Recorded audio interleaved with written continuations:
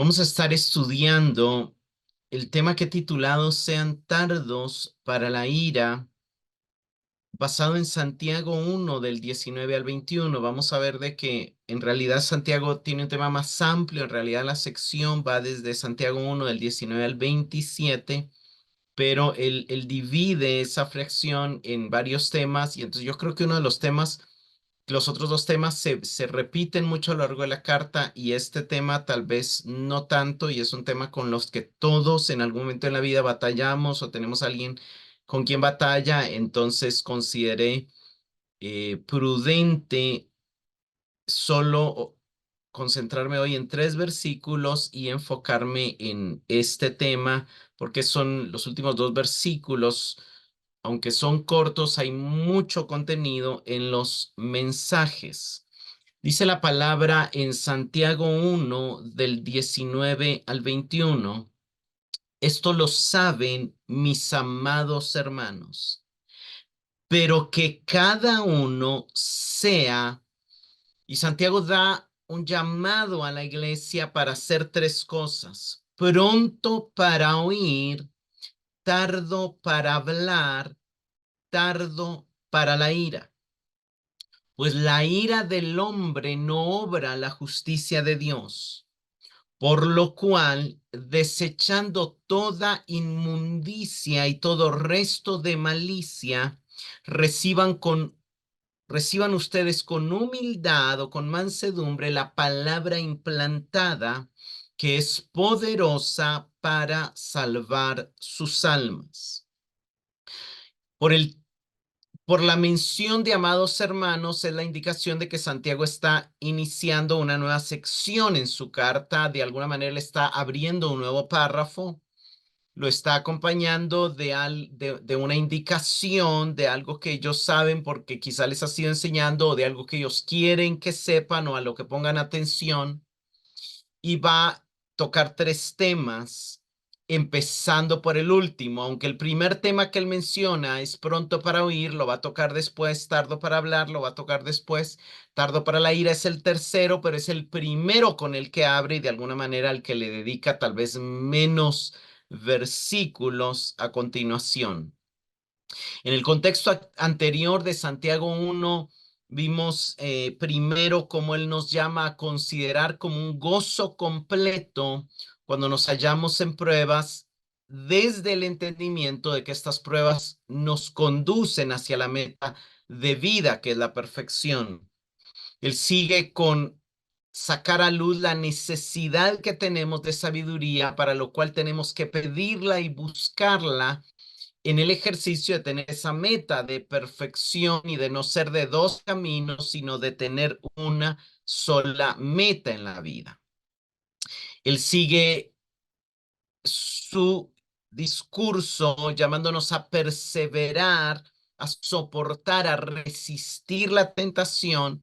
¿Por qué? Porque el que es aprobado recibe una recompensa, y luego pasa a hablar, a llamar nuestra atención para que pongamos atención a los deseos, porque los deseos pueden hacer que una situación que fue enviada como prueba para bendecirnos se convierta en una tentación y nos termine haciendo perder en lugar de ganar. Por último, él terminó la sección anterior recordándonos que debemos de tener la certeza de que Dios es bueno e inmutable, y que todo lo que viene de Él es bueno y perfecto. Y él apuntaló el hecho de que el mayor regalo que hemos recibido de Él es la vida eterna. Nos hizo nacer por la palabra, que es Cristo mismo. Entonces su mayor regalo es la vida eterna que nos ha dado, junto a la participación de Cristo, lo cual Él nos ha concedido.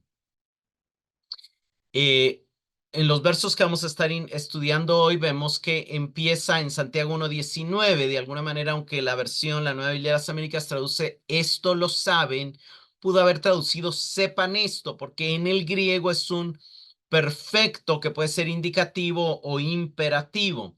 Algunos, bueno, estos traductores decidieron traducirlo como indicativo, pero la mayoría, y por el flujo de la carta y por la cantidad de imperativos que usa Santiago, creo que hubiera sido también una muy buena traducción o tal vez hasta más adecuada. Sepan esto, mis amados hermanos. Me gustan mucho estas otras dos versiones que son un poco más dinámicas. La nueva versión internacional dice, mis queridos hermanos, tengan presente esto. Creo que comunica mejor la idea que Santiago está queriendo trasladarnos. Es un llamado a tener presente esto. Todos deben estar listos para escuchar y ser lentos para hablar y ser lentos para enojarse. En la Nueva Traducción Viviente dice, mis amados hermanos, quiero que entiendan lo siguiente. Ese amados hermanos nos recuerda el corazón pastoral de Santiago y el anhelo de él de entender que lo que está escribiendo a sus oyentes lo está escribiendo y lo está mostrando desde el amor. Y de alguna manera él está diciendo, quiero que entiendan lo siguiente, deben de ser rápidos para escuchar, lentos para hablar y lentos para enojarse. Cuando vamos avanzando, vemos que en este verso, Santiago está introduciendo tres temas que serán prominentes en todo el libro y al mismo tiempo dando tres instrucciones. La primera es la importancia de ser prontos para oír y para hacer. Esto lo va a tratar más adelante en este capítulo de los versos 22 al 25 y también en el capítulo 2, un poco de nuevo en el capítulo 4 y 5. Es casi que relacionado o entra dentro de este tema. Luego dice, sean tardos para hablar, y esto lo va a tratar al final de este capítulo, pero también en el capítulo 3 va a hacer una larga exposición sobre el tema de la lengua y sobre el tema de la importancia de controlar la lengua, y entonces ahí vemos. Pero la tercera instrucción que da es sean tardos para la ira, y quizá por ser algo más corto, aunque es lo último que menciona, es lo primero que trata. Y como le va a dedicar más tiempo a los otros dos, no se extiende demasiado, da solamente dos oraciones inmediatamente después, pero que están conectadas directamente con el ser tardos para la ira. Y es a lo que vamos a ver, que obviamente la razón inmediata que da de ser tardos para la ira es que la ira del hombre no produce la justicia de Dios y por lo tanto debemos desechar toda inmundicia y abundancia de malicia y recibir con mansedumbre la palabra que sí produce la justicia que Dios requiere. Él está, como ya hemos explicado, Santiago hace mucho uso y hace mucho eco tanto de las palabras de Jesús como de los libros sapienciales, como del libro de Proverbios. Entonces, él está ya haciendo ese llamado a la sabiduría en todo el libro. Ya nos dijo al inicio del capítulo, si alguien es falto de sabiduría, pídala a Dios. Y en el capítulo 3 nos va a dar su definición de la sabiduría, pero teniendo en mente que él tiene en mente esa sabiduría, veamos cómo en el libro de Proverbios también vemos de que estas tres instrucciones no son como aisladas, también hay una conexión, porque ser tardo para la ira también a veces es ser tardo para responder y a veces tiene que ver con ser pronto, estar dispuesto a escuchar un poco más. Entonces vemos, por ejemplo, en Proverbios cómo muchas veces la ira y el hablar van juntos. Y vemos, por ejemplo, Proverbios 13:3 nos dice que el que guarda su boca, que el que guarda su boca guarda su alma, y el que mucho abre sus labios, el que es pronto para hablar, tendrá calamidad. También la Biblia nos dice que la blanda respuesta en Proverbios 15:1 quita la ira, pero la palabra áspera hace subir el furor. Entonces vemos como alguien pronto para hablar también al mismo tiempo puede ser pronto para la ira, pero alguien pronto para oír puede al mismo tiempo aplacar la ira. Proverbios 29:11 nos dice que el necio da rienda suelta a toda su ira, pero el sabio la sosiega. Y cuando lo conectamos en el contexto con Proverbios 29:20, dice, ¿has visto el hombre ligero en sus palabras? Más esperanza hay del necio que él. Entonces, una característica del necio es que es al mismo tiempo ligero en sus palabras, pronto para hablar y al mismo tiempo da rienda suelta a toda su ira, pronto para airarse. O sea, características de la necedad son ser pronto para oír y ser pronto para hablar. ¿Cuál es lo contrario al necio? El sabio. Entonces vemos cómo Santiago está haciendo en estas instrucciones, en estos llamados, un llamado a ser sabios. Si ustedes quieren ser sabios, sean tardos para hablar, prontos para oír y tardos para airarse. No le den rienda suelta a su ira y no sean ligeros en sus palabras. Sean sabios. ¿Cuáles son los peligros de la ira? ¿Por qué el primer llamado es ser tardo para oír y por qué la ira es tan peligrosa? Aquí vemos algunos de los peligros de la ira. Proverbios 14:17 nos dice que el hombre pronto para la ira obra neciamente. Una versión dice hará locuras. O sea, uno de los peligros de la ira es que la ira nos puede llevar a hacer locuras, a hacer cosas de las cuales nos vamos a arrepentir profundamente. Una persona airada en un ataque de ira es capaz hasta de asesinar a otra persona. Y eso le llevaría, o sea, si la ley se cumple, a estar en una condena y a perder su vida, su familia, sus oportunidades. O sea, sería una locura el darle rienda suelta a la ira y yo creo que todos estamos conscientes que esa es una posibilidad y obviamente aunque estoy poniendo un ejemplo que pareciera extremo, pues, la ira nos lleva a obrar neciamente. Otro peligro de la ira que nos muestra Proverbios 14:29, lento para la ira tiene gran prudencia, pero el que es irascible, o sea, rápido para la ira, ensalza la necedad.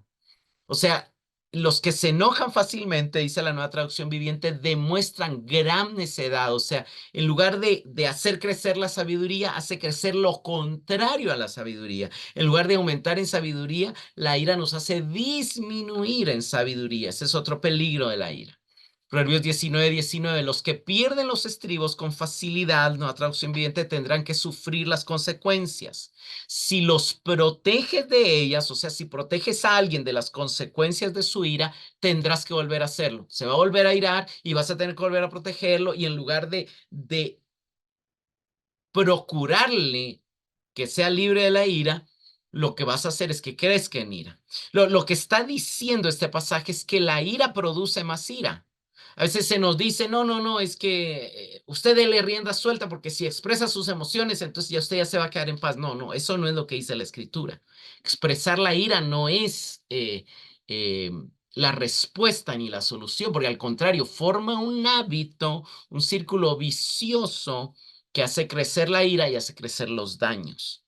Proverbios 22, del 24 al 25 dice, no te asocies con el hombre iracundo, ni andes con el hombre violento, no sea que aprendas su manera y tiendas lazo para ti mismo. Me gusta cómo lo traduce la Nueva Traducción Viviente, porque pondrás en peligro tu alma. La ira nos hace poner en peligro nuestra vida, nuestro futuro, nuestra paz, nuestro gozo. Proverbios 29:22, el quinto peligro es el hombre lleno de ira, provoca rencillas y el hombre violento abunda en transgresiones. ¿Qué está diciendo? Que la ira nos lleva a otros pecados, la ira nos puede llevar al asesinato, nos puede llevar a la violencia, nos puede llevar a la traición, nos puede llevar a, al resentimiento, a muchos otros pecados, a la malicia. O sea, la ira no es algo beneficioso. Hay una ira santa y bueno, ahorita lo vamos a explicar, pero obviamente aquí estamos hablando de la ira del hombre, de la ira pecaminosa, de la ira del necio.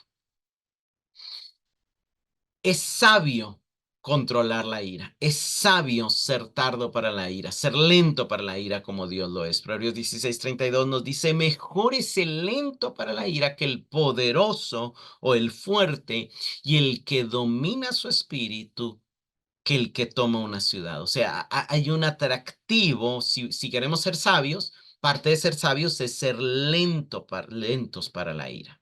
Proverbios 19:11 dice, la discreción del hombre le hace lento para la ira y su gloria es pasar por alto una ofensa. Entonces, el ser lento para la ira va conectado con estar dispuesto a perdonar, a pasar por alto una ofensa. Proverbios 25-28 nos dice, como ciudad invadida y sin murallas es el hombre que no domina su espíritu. O sea, el dominar el espíritu es controlar la ira, es estar protegido.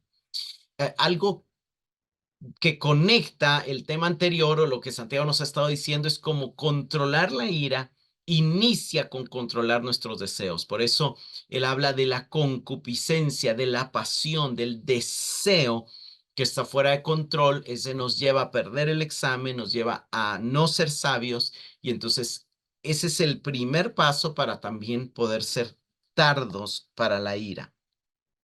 Ahora, ¿por qué él nos llama a ser tardos para la ira? Inmediatamente él toca el tema de la ira después de hacernos el llamado de ser tardos para la ira y nos dice, pues la ira del hombre no obra. Aquí la mejor manera de traducir esta palabra es producir, porque aquí se refiere a hacer algo. Entonces, no produce la justicia de Dios. Y cuando entendemos la justicia de Dios, puede haber una tendencia a pensar la justicia de Dios que nos es dada por fe, la justificación de la que habla Pablo, pero tenemos que regresar a quién es el personaje, cuándo escribe, en qué contexto escribe, y entonces es alguien que está escribiendo previo a Pablo, antes de que salgan las cartas de Pablo, que no tiene a una iglesia que no tiene el concepto de la justicia de Dios de Pablo, sino que tiene un concepto de justicia de Dios más antiguo testamentario y más acorde a las palabras de Jesús. Entonces, la justicia de Dios para el Antiguo Testamento se refiere a las obras de justicia que Dios requiere. En palabras de Jesús, la justicia, les digo a ustedes, dice Jesús, si su justicia no supera la de los escribas y los fariseos, no entrarán en el reino de Dios. Si no tienen una justicia requerida por Dios mayor que la justicia superficial de los escribas y fariseos, no van a entrar en el reino de Dios. Un libro que obviamente menciona, que nos cuenta las palabras de los apóstoles, entre ellos Santiago y los que vivían en el tiempo de Santiago, es Hechos. Por ejemplo, en Hechos 4:19 leemos, pero Pedro y Juan le contestaron, ustedes mismos juzguen si es justo delante de Dios obedecer a ustedes en vez de obedecer a Dios. O sea, el punto es de que es justo obedecer a Dios. Dios requiere obediencia. Hechos 10:35 dice, sino que en toda nación el que le teme y hace lo justo le es acepto. Dios acepta a los que hacen lo justo. Entonces aquí, en este contexto y entendiendo quién es Santiago y a quién está escribiendo, la justicia de Dios debemos interpretarla como la justicia que Dios requiere, la justicia que Dios demanda, la justicia que Dios exige para dar a su reino, que consiste en obediencia a sus mandamientos. Entonces, ¿qué está diciendo? Y que tiene que ver obviamente con la perfección, que tiene que ver obviamente con ser perfectos. Ser perfectos es producir la justicia mayor a la de los escribas y los fariseos, Mateo 5, y la ira del hombre no nos ayuda, lo que está diciendo Santiago, a la meta de perfección. No nos ayuda a ser aprobados en la prueba y recibir la corona de justicia. No nos ayuda a alcanzar lo que queremos alcanzar. Entonces, ese es el punto de Santiago aquí. La ira del hombre no produce la justicia que Dios requiere para entrar al reino. La ira del hombre nos impide recibir la corona de vida. Cuando las pruebas y las circunstancias que vienen a nuestra vida producen ira, en lugar de producir el gozo que Santiago quiere que produzcan, no estamos siendo aprobados y nos privamos de alcanzar el ser bienaventurados y el recibir la vida que Dios quiere que disfrutemos. Ahora, ¿cómo crecer en el control de la ira? ¿Cómo volvernos tardos para la ira? Entonces, Santiago nos da un consejo, por lo cual, desechando toda inmundicia y todo resto de malicia, reciban ustedes con humildad o con mansedumbre la palabra implantada que es poderosa para salvar sus almas. Lo primero es que tienen que desechar la ira, tienen que desechar todas aquellas cosas que producen ira, inmundicia, y están incluidos los malos deseos, la cosmovisión falsa, las mentiras del enemigo y todo el resto de malicia, todo lo que se asocia con la ira. Este verbo desechando es muchas veces usado en el Nuevo Testamento como despojémonos, desechémonos, desvistámonos, en sentido metafórico como de una vieja vestidura. Y hay que sustituir eso por algo que hay que recibir. Y el término reciban aquí es acepten, tomen, entren de posesión de, y en un sentido también un poco metafórico, crean la palabra con mansedumbre o con humildad, y recibir con humildad o con disposición, recibir no con orgullo, sino con la disposición de obedecerla, de creerla, de actuar en conformidad a ella, y va conectado obviamente con el ser pronto para oír y tardo para hablar, ¿verdad? Y vamos a ver esto que es poderosa para salvar el alma. Veamos, obviamente, pasajes paralelos de este término desechando. Romanos 13:8 nos dice, Pablo, la noche está avanzada, el día se acerca, por tanto, desechemos las obras de las tinieblas, y en el contexto se refiere a glotonería, borracheras, contiendas, envidias, ira, pleitos, y vistámonos de las armas de la luz, que tiene que ver con todo el amor y el fruto del Espíritu, ¿verdad? Efesios 4:22 dice que en cuanto a la anterior manera de vivir, ustedes se despojen del viejo hombre que se corrompe según los deseos engañosos. Y aquí los deseos engañosos del viejo hombre son principalmente deseos orgullosos y deseos egoístas, de los cuales tenemos que despojarnos. Colosenses 3:8 dice, pero también desechen todo esto: ira, enojo, malicia, insultos, lenguaje ofensivo de su boca. Aquí parece haber una construcción similar a otro pasaje que vamos a ver después. Hebreos 12:1 nos dice, por tanto, pues, puesto que tenemos en derredor nuestro tan grande número de testigos, una meta, la meta de la perfección, la meta de ser como Cristo, despojémonos también de todo peso y del pecado, y ahí está incluida la ira que tan fácilmente nos envuelve, y corramos con perseverancia, con paciencia, la misma de la que Santiago habla, la carrera que tenemos por delante. Porque hay una meta que alcanzar. 1 Pedro 2:1 nos dice lo mismo, por tanto, desechando toda malicia y todo engaño e hipocresías y envidias y toda difamación. Son cosas que muchas veces están conectadas con el orgullo, con el egoísmo, y al mismo tiempo que producen ira. eh, También es un llamado aquí mismo a recibir la palabra, que es poderosa para salvar. Este pasaje es interesante porque aquí Pablo dice también, sea quitada de ustedes toda amargura, enojo, ira, gritos, insultos, así como toda malicia, y nos da cómo sustituirla. Sean más bien, o sea, en lugar de eso, sustituyanla siendo amables unos con otros, misericordiosos, perdonándose unos a otros, así como también Dios los perdonó. Lo que quiero resaltar aquí es que Pablo muestra lo que parece ser una progresión que inicia con un mal sabor de boca. Hay algo que me causó una sensación incómoda interiormente. Eso lo percibo como mal y me produce enojo. Entonces, ante ese enojo doy una respuesta activa, y eso es la ira. El enojo y la ira, el enojo está contenido, la ira es el mismo enojo expresado, esa es la ira. Y entonces de esa expresión muchas veces se manifiesta regularmente en levantar la voz en gritos o asumir un lenguaje corporal de molestia y ataque, insultos, que sigue con la expresión de palabras ofensivas, aquí están los insultos, y aún acciones violentas, malicias. Ahí entran los golpes y cualquier otra cosa, venganza, hasta asesinatos, ¿verdad? O sea, eh, es terrible lo que la ira puede llevar. ¿Qué es la ira? ¿Cómo comprendemos la ira? En sí, la ira es una emoción creada por Dios, que pertenece a Dios y que es dada por Dios. Es compleja porque puede ser santa y es muchas veces pecaminosa, y entonces tenemos la ira de Dios, que es pura, santa y perfecta, y tenemos la ira del hombre, que por ser del hombre es pecaminosa porque nace de un ser que ya está corrompido por el pecado.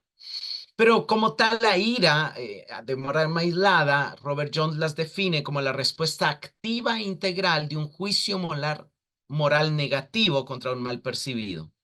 David Powlison escribe, la ira es la capacidad dada por Dios para responder ante un mal que nos parece importante.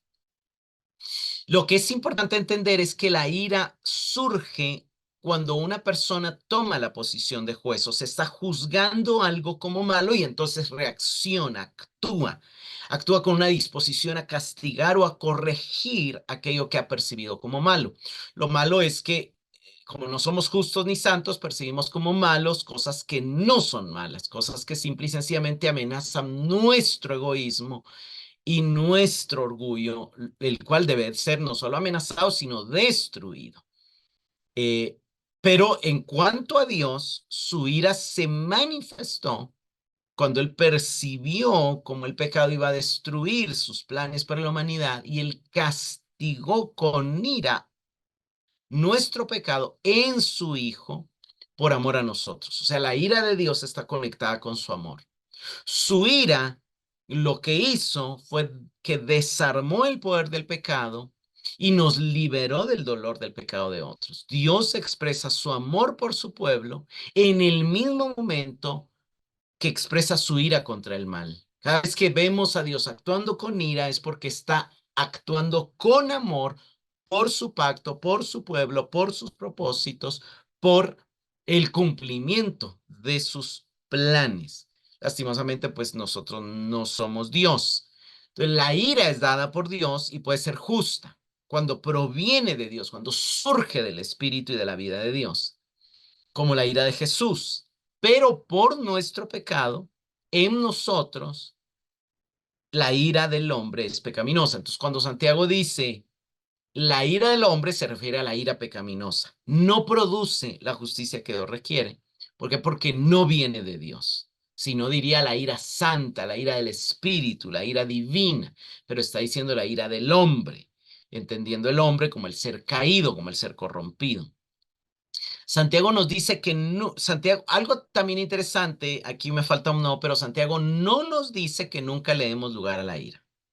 Lo que nos está diciendo es que seamos tardos, lentos para llegar a expresar o a caer en ira. Pablo después nos va a decir en el tiempo que nos podemos airar, pero no pecar. Vemos que Jesús y Dios son lentos para la ira porque Dios es lento para la ira. O sea, Él tiene ira y tiene que tener ira porque tiene que castigar el mal y tiene que indignarse hasta el mal, pero Él no es pronto para la ira, es lento para la ira. La ira de Jesús, por ejemplo, fue lenta, pero fue constructiva. Lo vemos hablarle con ira a los fariseos y decirles, ay de vosotros, pero su ira le dio un enfoque, agudeza e impacto a sus palabras y su objetivo era provocar arrepentimiento y salvación para ellos. No fue algo destructivo ni vengativo ni contrario a la justicia de Dios, sino que estuvo alineada a la justicia de Dios. El problema de nuestra ira es que nuestra ira tiende a ser destructiva y acumulativa. Nos airamos queriendo ganar y terminamos perdiendo porque terminamos dejando de lado la sabiduría que necesitamos para avanzar hacia la madurez.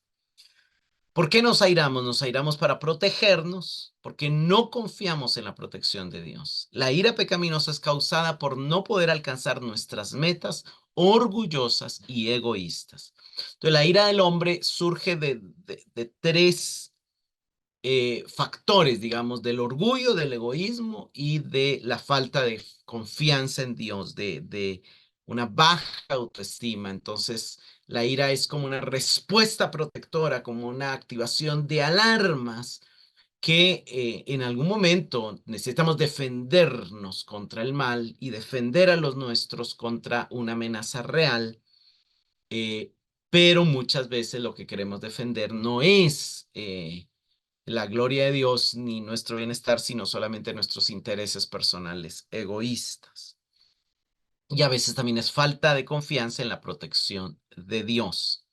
Algunos consejos para controlar la ira es que aquí obviamente voy rápido, pero es importante identificar los motivos y los patrones de la ira en nosotros, hacer el análisis y hasta llevar una agenda, cuándo nos enojamos, con quién nos enojamos, cómo expresamos esa ira, qué estábamos buscando al enojarnos y muchas veces es importante la pregunta, ¿qué creía merecer? Me enojo en el tráfico porque creía merecer que yo tenía que pasar primero, pero en realidad pues, todos necesitamos pasar, pues no es una razón sabia enojarme por el tráfico, o sea, no es algo, o sea, eso nace de un derecho que creo tener mayor a los demás y ese derecho no existe realmente. Y es solo un ejemplo de muchos posibles. Piensa en las consecuencias de su ira. Cuando se iría con su pareja, con sus hijos, con las personas del trabajo, ¿destruye o construye? Porque la ira de Jesús construyó. La ira en el templo construyó respeto hacia Dios, hacia la honra de Dios, construyó una identidad correcta de para qué era el templo y de por qué debía ser llamada casa de oración. Fue algo constructivo. Al mismo tiempo, obviamente, estaba destruyendo el negocio, pero el objetivo era construir y para construir algo santo tenía que destruir lo corrupto, pero el objetivo era construir. Pero en nuestro caso, estoy actuando como juez en una situación en la que no me corresponde serlo. Y si detecta que su ira es pecaminosa, el primer paso, hermanos, el primer paso para el cambio siempre es el arrepentimiento, siempre es el arrepentimiento. ¿Y cómo transformar esa ira en una ira más santa, en una ira más correcta? Primero, pregúntese, ¿cómo puedo responder a estas situaciones de manera que glorifique a Dios? O sea, está bien enojarnos por ciertas leyes que van en contra de la familia, de Dios, está bien enojarnos por ciertas personas que buscan engañar, que buscan manipular, está bien enojarnos por aquellos que oprimen eh, al pobre, a los niños, eso está bien. Eh, pero ¿cómo puedo usar esa ira para construir, para manifestar mayor amor, mayor gracia, mayor misericordia a aquellos que lo necesitan? Ese es el enfoque, por eso la ira es un poco compleja. Pero el consejo es desechen la ira, desechen toda inmundicia, desechen toda maldad. Y para tener un mejor manejo de la ira o para crecer en sabiduría, que si la ira va a ser correcta, va a ser justa, va a ser divina y si va a producir la justicia que requiere, necesitan recibir con mansedumbre la palabra implantada. Ahora, recibir es aceptar, es tomar. Y es algo interesante porque es algo que solo el cristiano puede hacer porque Pablo nos dice que el que no tiene el Espíritu no recibe, no acepta. La misma palabra en griego para recibir es aceptar lo que procede del Espíritu, pues para él es locura y no puede percibirlo, entenderlo, discernirlo, no tiene la capacidad porque solo se puede recibir espiritualmente. Esto es impresionante porque ahí es donde entra, cualquiera puede leer la Biblia, cualquiera puede oír la doctrina, pero recibir la palabra sembrada, la palabra viva, el Cristo como palabra viva, solo puede ser alguien que ya nació de Dios. Por eso Santiago dijo antes que Él nos hizo nacer. Vemos que los apóstoles y los hermanos oyeron que también los gentiles habían recibido, habían creído, habían tomado la palabra de Dios. Y cuando habla de los de Berea, dice que eran más nobles los de Tesalónica, pues recibieron la palabra con toda solicitud, escudriñando diariamente las escrituras. Con mansedumbres, con humildad, con una visión correcta de nosotros mismos. Cuando Jesús habló de la ira, también Jesús estaba hablando del mandamiento, no matarás y les dice, pero yo les digo que el que se enoje contra su hermano es sujeto de juicio, es un asesino también. Y de alguna manera esto lo lleva a insultar a su hermano y luego a maldecir a su hermano. Esa progresión que ya Pablo nos dijo, empieza con una situación de sensación incómoda, pasa a enojo, pasa a ira y pasa a ser ira expresada en insultos y en acciones malignas. Vemos esa progresión aquí en Jesús y Jesús está diciendo, eso es un asesino y está haciendo eco del Antiguo Testamento que el mandamiento de no matar tiene que ver con no asesinar desde una sensación de superioridad hacia el otro, hacia el prójimo. Jesús saca a luz el tema de la ira que surge desde una visión de superioridad hacia el otro, como evidencia de una falta de humildad y de mansedumbre, como algo digno de la misma condenación del infierno. Aquí dice claro, quedará sujeto al juicio del infierno. Ahora, ¿qué es lo que tenemos que recibir con mansedumbre? La palabra implantada. La palabra que fue sembrada, la palabra implantada se puede traducir sembrada, que fue sembrada como una semilla. Esa es la palabra del reino, esa es la palabra que hablan las parábolas y esa es la palabra viva que es Cristo mismo. No es el conocimiento doctrinal, es la palabra que es Cristo mismo. Cuando Jesús explicó las parábolas, dice, aquel en quien sembró la semilla, y en el verso 19 él explicó que la semilla es la palabra del reino, es el que oye la palabra y la entiende, de alguna manera la recibe, y entonces da fruto y produce. No solamente la oye, sino que es pronto para oír, pero también es pronto para obedecerla, para abrazarla, para creerla. Más adelante Jesús contó otra parábola, el reino de los cielos es semejante a un grano de mostaza que un hombre sembró en su campo, sin duda esta es la más pequeña de todas las semillas, pero cuando crece, cuando es recibida con humildad, con mansedumbre, es la más grande de todas las plantas. O sea, tanto Jesús como Santiago tienen esta visión de la vida cristiana como una semilla que se recibe de vida, de luz de verdad, que tiene que dársele el espacio para crecer y para que llegue a ser gobernante en nuestra vida. Cuando Cristo gobierna nuestras emociones, eso es ser perfecto, ser bienaventurado, ser aprobado y una de sus expresiones es ser tardo para la ira. Es exactamente lo mismo, digamos, que estamos viendo. Lo interesante es la manera en que termina Santiago. Dice que es poderosa para salvar sus almas. Lo que está diciendo él es, sus deseos no les llevan a la salvación del alma, sino que les restan. Su ira no les lleva a la salvación del alma, sino que les restan. El, la recepción, la aceptación, la fe en la palabra implantada, que es Cristo mismo, que es la fuente de la sabiduría, y es lo que les permite considerar como gozo las pruebas y ser aprobado en las pruebas, eso les lleva, eso es poderoso, o sea, la recepción de la palabra tiene un poder para salvar sus almas. Y quiero explicar aquí, yo sé que el lenguaje puede ser confuso, pero voy a explicar lo que yo comprendo que Santiago está diciendo como salvar el alma. Por el mismo contexto, creo que Santiago se refiere al alma como esa parte emocional a la que él citó por deseos, de donde sale la ira pecaminosa. Entonces el alma, obviamente, y también psicológicamente se ha dicho que el alma es la parte del hombre donde reside los pensamientos, las emociones o afectos o sentimientos y la voluntad.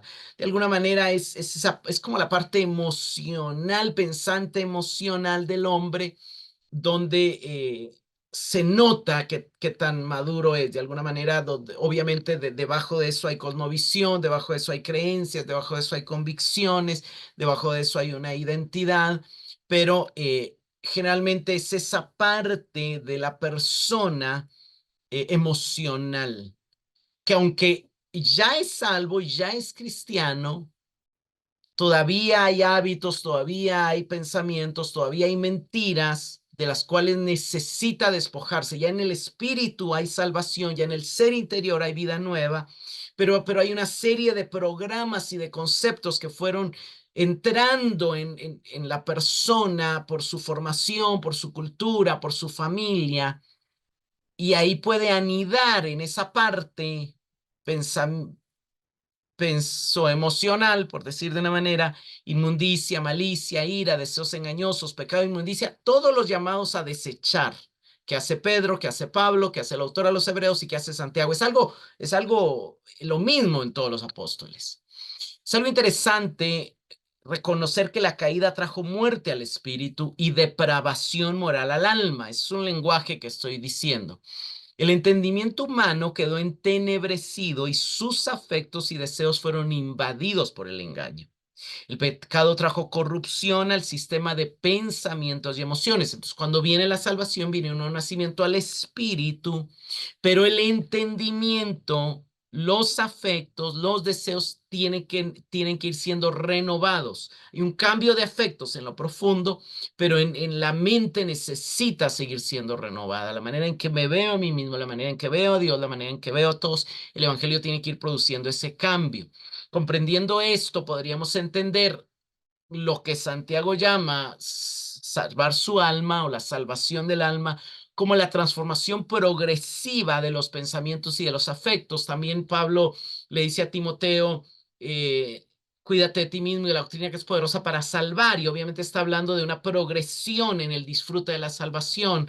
Pedro también dice, reciban con, o sea, anhelen como el niño recién nacido la palabra que es poderosa para salvar sus almas. Están hablando el mismo concepto y ir creciendo en esa transformación progresiva de los pensamientos y de los afectos, así como en el orden de la búsqueda y de la adoración del ser humano, ir soltando los ídolos e ir adorando cada vez más solo a Dios.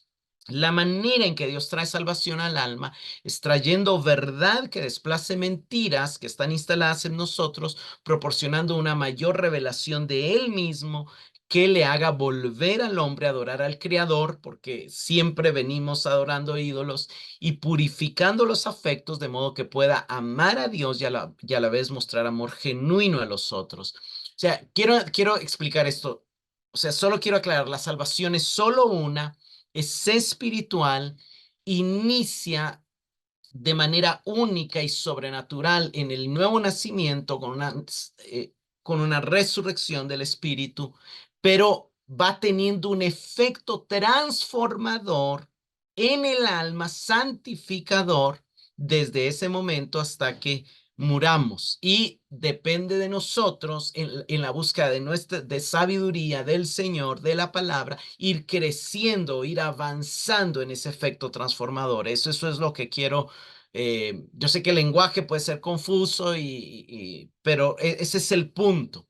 Jesús habló, yo creo que Jesús habló de esto, por ejemplo, en Juan 4:14, cuando él dijo, pero el que beba del agua que yo le daré, más adelante Juan explica que se refiere al Espíritu, cuando nacemos de nuevo, el Espíritu viene a nosotros, somos sellados.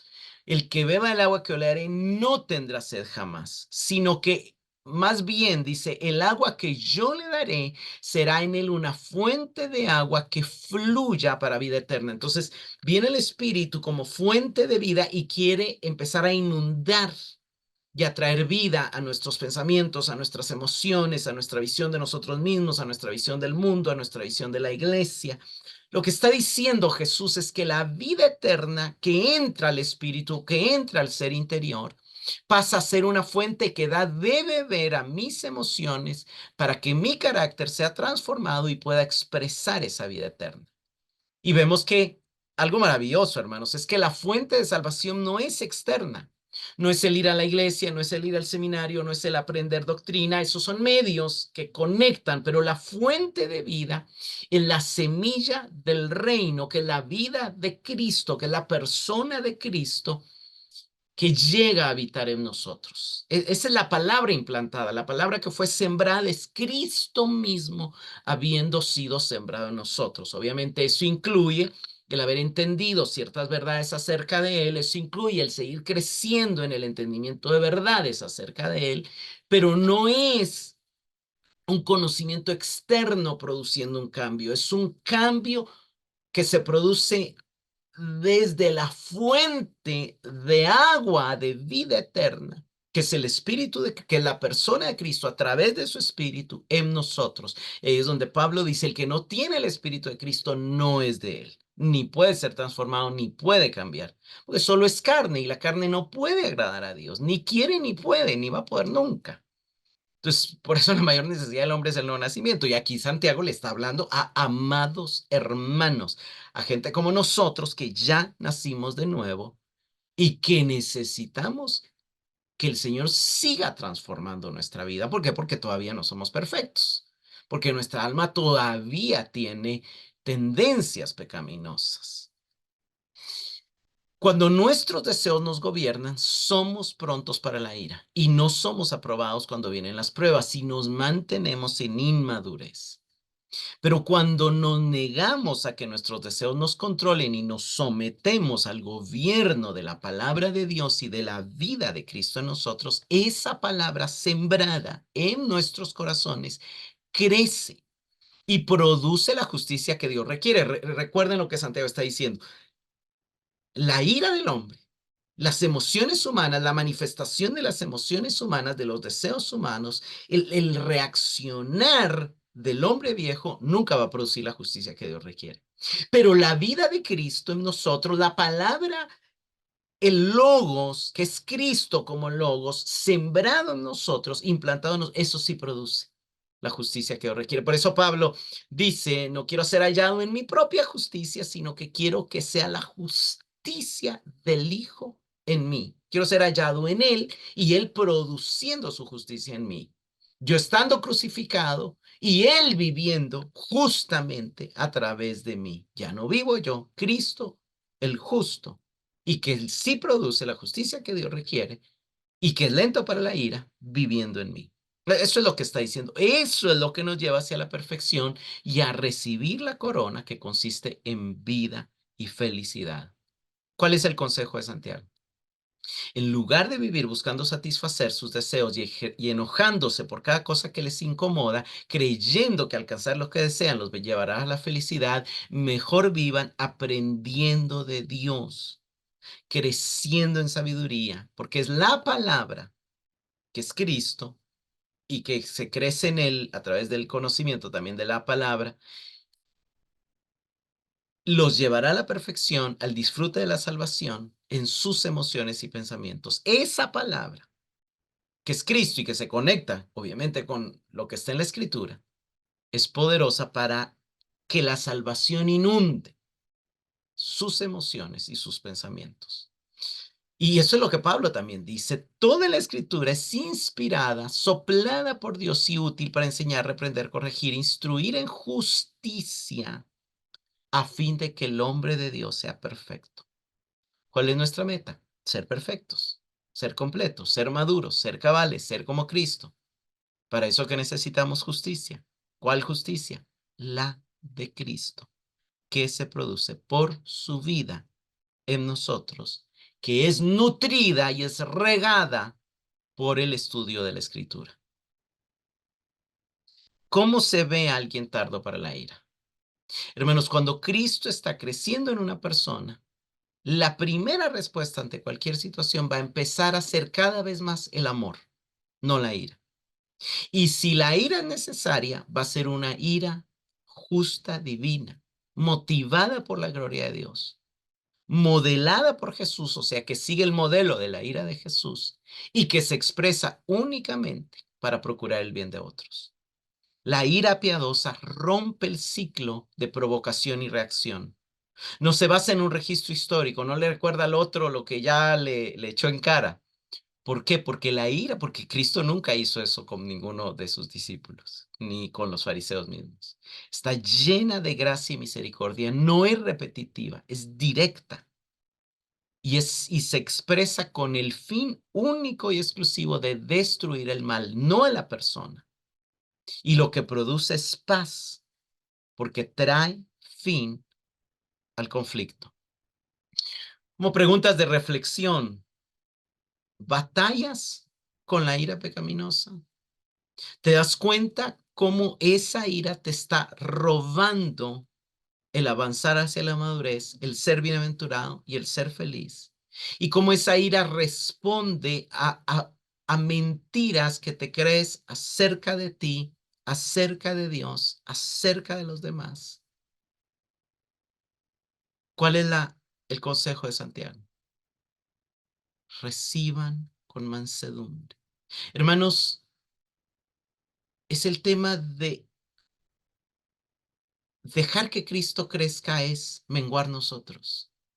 La mansedumbre es tan importante porque la mansedumbre es la que nos lleva a decirle, Señor, yo quiero menguar, yo quiero renunciar a mis derechos, yo quiero renunciar a lo que yo creo que merezco, yo quiero renunciar a que mi carne gobierne, para que tú gobiernes, para que tú crezcas. Y entonces nutrimos esa vida de Cristo en nosotros a través del estudio de la Escritura, porque es a través de la oración, a través de la humillación, porque son actos donde estamos siendo lentos para manifestar nuestros aparentes derechos y estamos dejando que Dios sea el que haga su voluntad en nosotros. Señor, te damos gracias por el llamado que tú nos haces a crecer en sabiduría. Y porque lo primero que nos muestras es que lo contrario a la sabiduría es la necedad que das rienda suelta a la ira. Señor, entendemos que la ira es una emoción compleja que tú creaste y que es posible que sea manifestada de manera santa y justa como se manifiesta en ti. Pero reconocemos que la mayoría de las ocasiones donde la ira se manifiesta en nosotros, lo hace de una manera pecaminosa, por lo cual nos arrepentimos y te pedimos perdón.